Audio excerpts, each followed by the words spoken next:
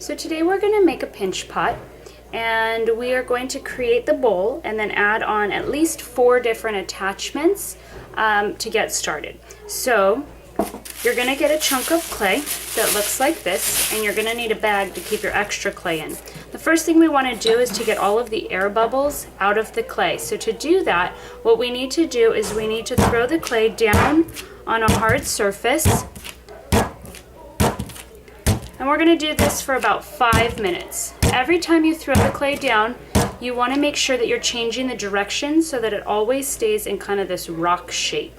Once you've done this for 5 minutes, we'll pretend that I have, you're going to then take off a chunk of the clay that's about the size of a racquetball. You don't want it to be too big, but you don't want it to be too small. So about, this is a little big. So about the size that would fit in the palm of your hand. Once you've got your chunk of clay here, you're going to take your extra clay and you're going to put it inside your bag so that it doesn't dry out. Wrap it up and set that aside. You'll use that a little later. Then what you're going to do is you're going to take your thumb and you're going to push your thumb into the center of your clay, and you're going to just simply start to push around the bottom of the bowl so that you're feeling about 1/4 inch of thickness.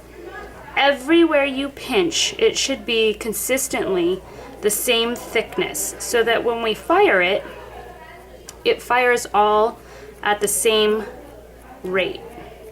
So I'm going to just work my way up, keeping it slightly cupped in my other hand, work my way up all the way to the top so that I have a nice about 1/4 inch thickness around the mouth of the bowl. Okay, so now I've got my bowl created, and you can either leave it like this and add attachments this way, or if you wanted to have a flatter bottom, you'll just slightly tap it on the table until you get the depth of the bowl that you're looking for. If you want the top of the bowl to be a little bit flatter, you can also just lightly tap it on the table and you'll get a nice flat surface up there as well. Now it's time to make the attachments. So this is where you're going to go back to your extra clay.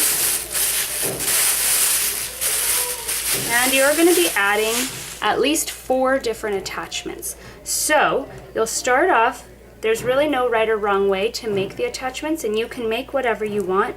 So you're going to just kind of start sculpting the clay into whatever it is you want to make.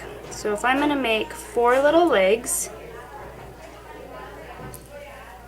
like so.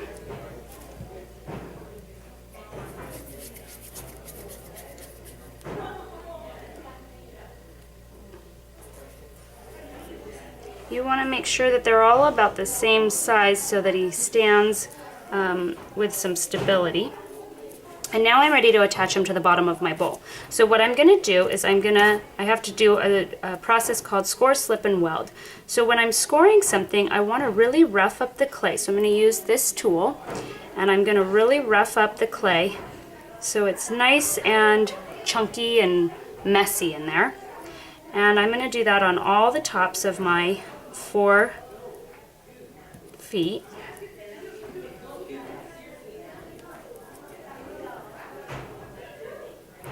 And then I'm going to turn over my bowl, and wherever I'm going to attach those feet, I'm going to score that area as well. If I go a little bigger on the bottom of the bowl, that's okay. I can always smooth those out later. So now I've scored my clay. Now what I want to do is slip it, and that's going to be what is like a liquid glue or a liquid clay that creates a glue. So I'm just going to take a little dab of water on my fingertips and just drop 1 drop on each of the places that the feet are going to go. Then I will take each foot, kind of squish it on there. Squish it on there, maybe holding underneath with a little bit of support.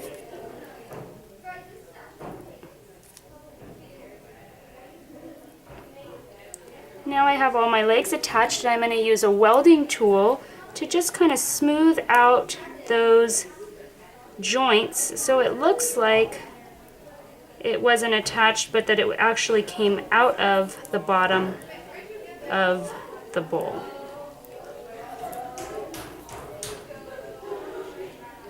Okay, once I've got all that smoothed out, I might just use a fingertip, kind of continue to smooth.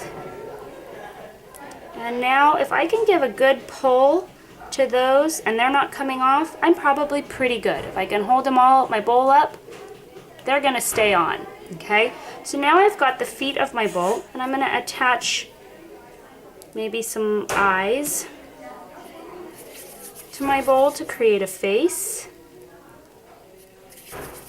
You can play around with different tools that you have. Maybe use the back of the scoring tool to create eyeballs. Anything you attach has to be scored, slipped, and welded on.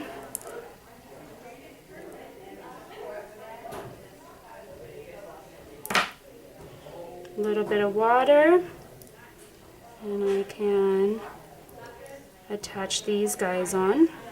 Now I wouldn't want to try and lift up my whole bowl because these are a little bit smaller than the feet, so they're not going to be as strong because there's not as much surface that's being attached. I'm just using the side of my scoring tool to weld those on. So now I've got my eyes.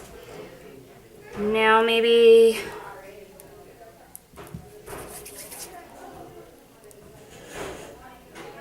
a nose. A